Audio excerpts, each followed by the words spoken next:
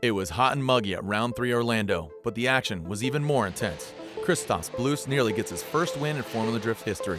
It was, however, Frederick Osbo who would bounce back from a poor result in Atlanta and take home the win. Osbo looks to build his championship case for a back-to-back championship by doing what he has done for the past 2 years at Wall, and that is win. The championship narrative is beginning to take shape. All this and more, only on Universal Technical Institute Formula Drift Insider, presented by Blackview Dash Cameras.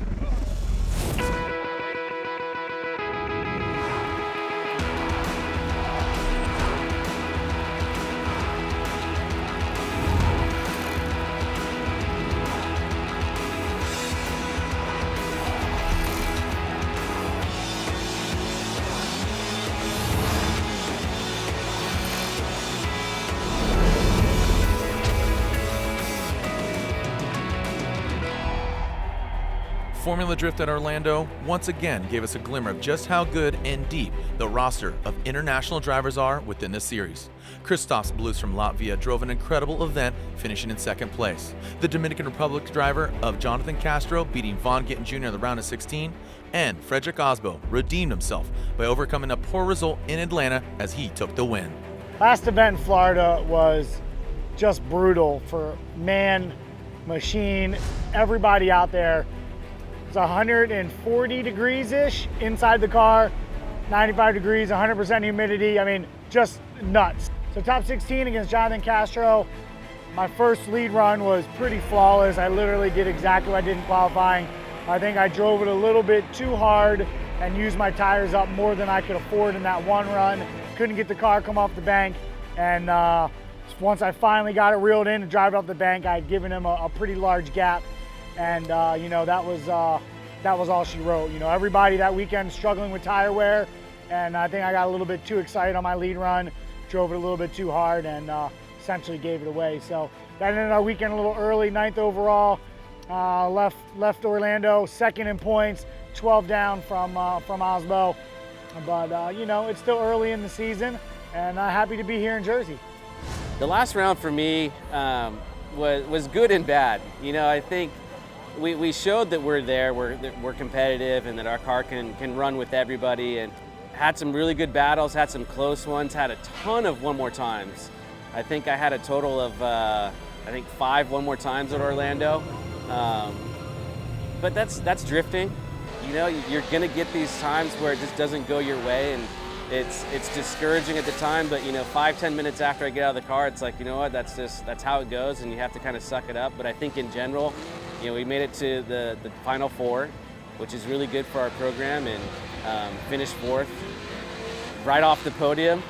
But it just didn't go our way, and you got to just move on and go to the next round. So in Orlando for top 16, I went up against Ken Gucci, and you know, he's a good pal. We always have fun driving, and I stuck on him pretty good around the bank and actually made some contact. A little bit of a fumble because of the contact coming into the infield, but then I was able to, you know, close in the proximity really well. Like the arc performance on the Genesis is just fast, you know, and the Falcon tires were hooking up amazing. So we closed right back up, got it one more time, you know, and I was really happy coming off that run. I was like, all right, this time it's proximity, it should be good. But, you know, it was unanimous vote towards Ken Gucci. So, you know, he got lucky on that one, and I got to make sure that doesn't happen again. Formula Drift Orlando, you never know what you're going to get, either blazing heat or full downpour, so I'll take the heat any day. And we were able to drive all the way to the final rounds and end up 3rd place overall, following up from our Road Atlanta round 2, 3rd place as well. So we're now top 3 in points, which is where we want to be.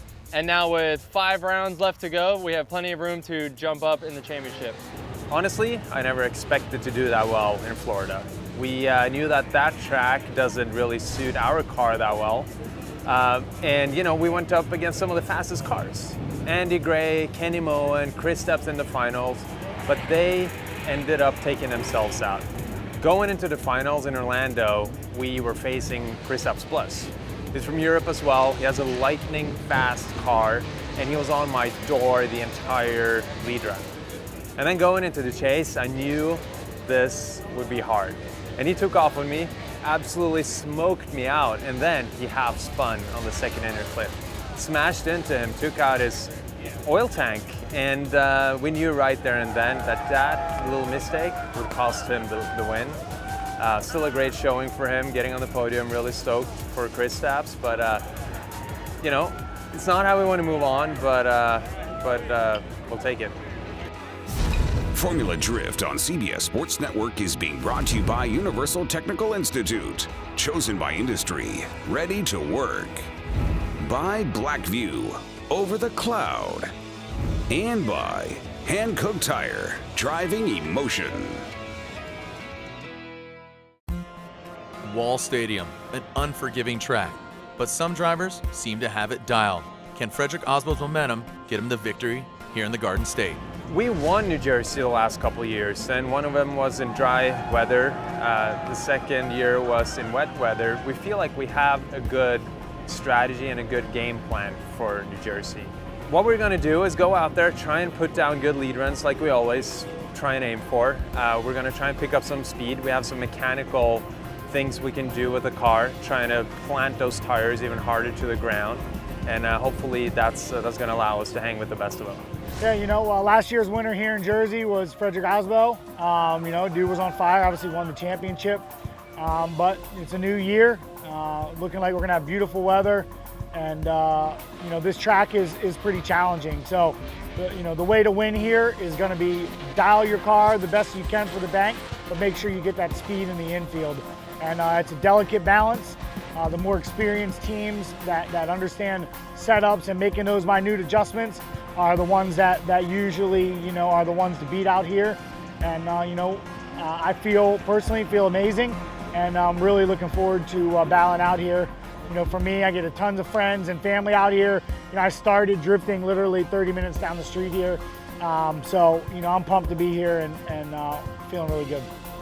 Wall's it's a crazy track. It's got a killer atmosphere. I think Jared nailed it best with the comment of it's the Thunderdome, you know? You got the two cars coming in, it's like a gauntlet, it's right in front of your face, all the action is right here, and you know, fans are as close as they can get. So it just has a killer vibe. And we see some of the best tandem here at Wall, so I'm really hoping that this year is another one of those events that puts on an amazing show.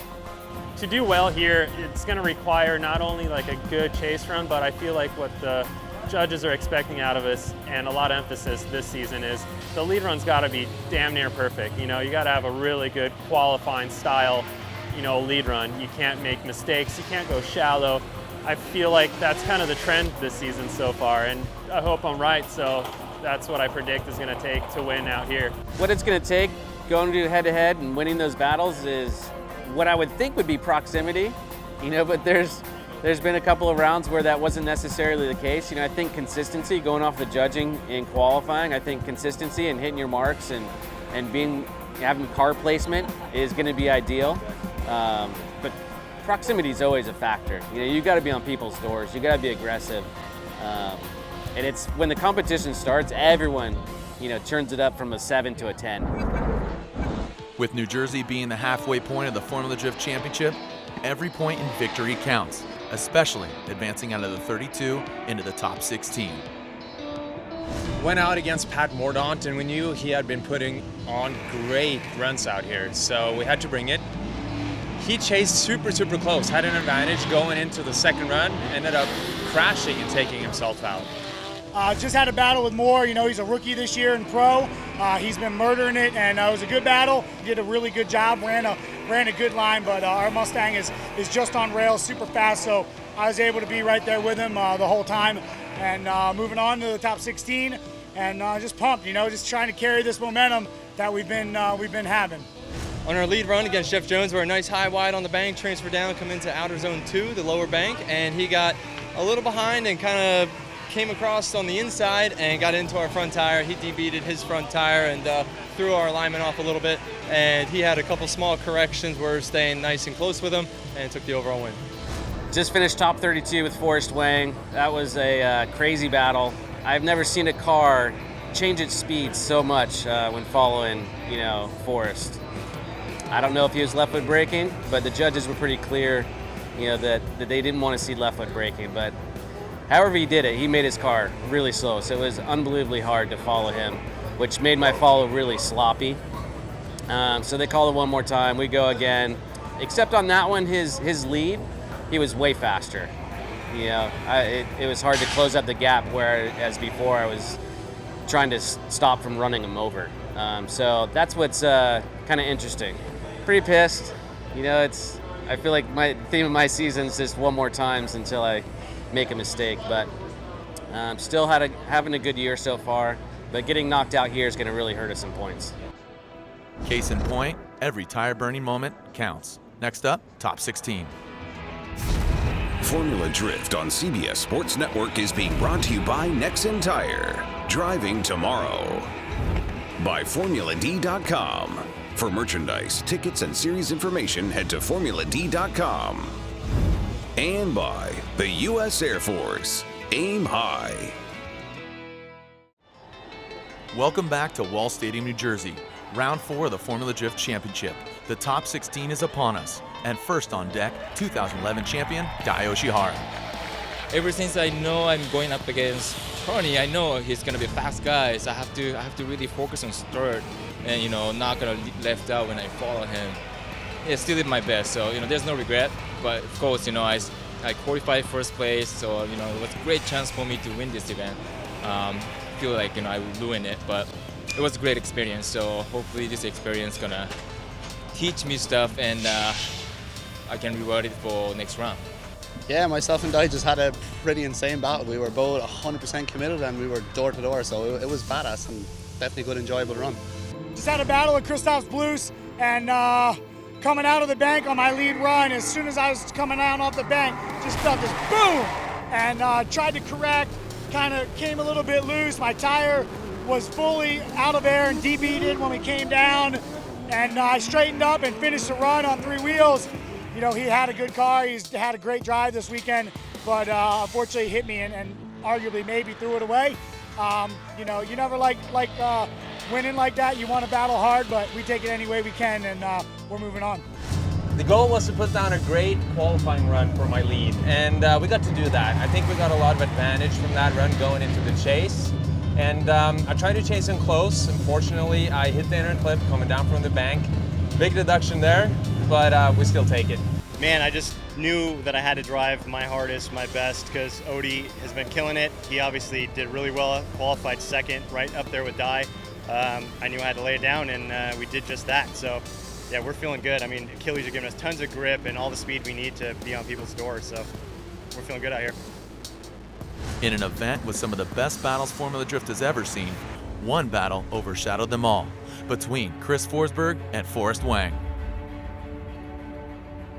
So on my first run, I did a lead run where high and wide, you know, nice and solid. Had a little bit of a gap on Forrest. We thought it was probably even, maybe a slight advantage towards us. But then on the second run, Forrest was going around the course. As he comes off of the bank and transfers into inner one, it is an acceleration part of the track in which the judges physically give us a map in which you're allowed to brake on the track so that they can kind of deem who is at fault on certain collisions. And it's kind of a tangible piece so that we know where it's okay to dive in, where we're allowed to brake, and it helps aid in situations like this where Forrest went really, really deep angle and he scrubbed probably about 10, 15 miles an hour in an acceleration part of the track, and we collided with him and it broke our front wheel.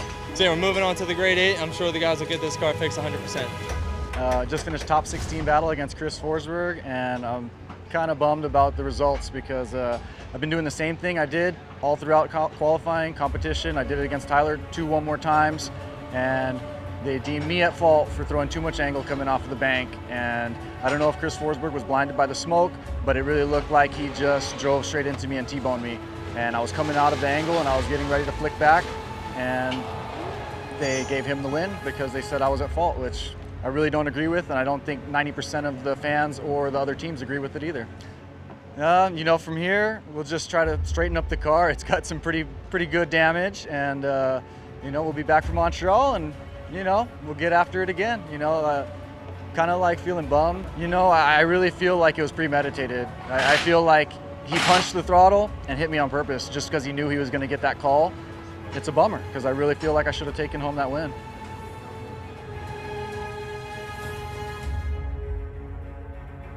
Controversial or not, there's a winner and a loser in every battle. Chris Forsberg and his team thrashed to get the car ready for the Grade 8 as the top 16 continues with Nishida and Alex Hilbrun. So we definitely weren't playing around. On my first chase, I made a mistake at the end and made some contact, which messed up our alignment a little bit, and we went to do our lead run, had to fight the car a little bit, but it was okay, we pulled it off. And then on our one more time, we just had to go all out there, and try to create that gap and get the advantage. So we were able to do it, and we got the win. On the lead run, I knew I didn't have to do something crazy, just a nice, clean lead run. These Falcon tires have just been amazing all weekend, and it enables me to just be smooth behind the wheel. On our chase run, all we had to do is keep a consistent gap behind them, apply pressure when needed, and not screw up. And that's what we were able to do. On our first lap where I was leading, I just kind of stuck it to his door. He did me the same favor, stuck it right to my door, went one more time.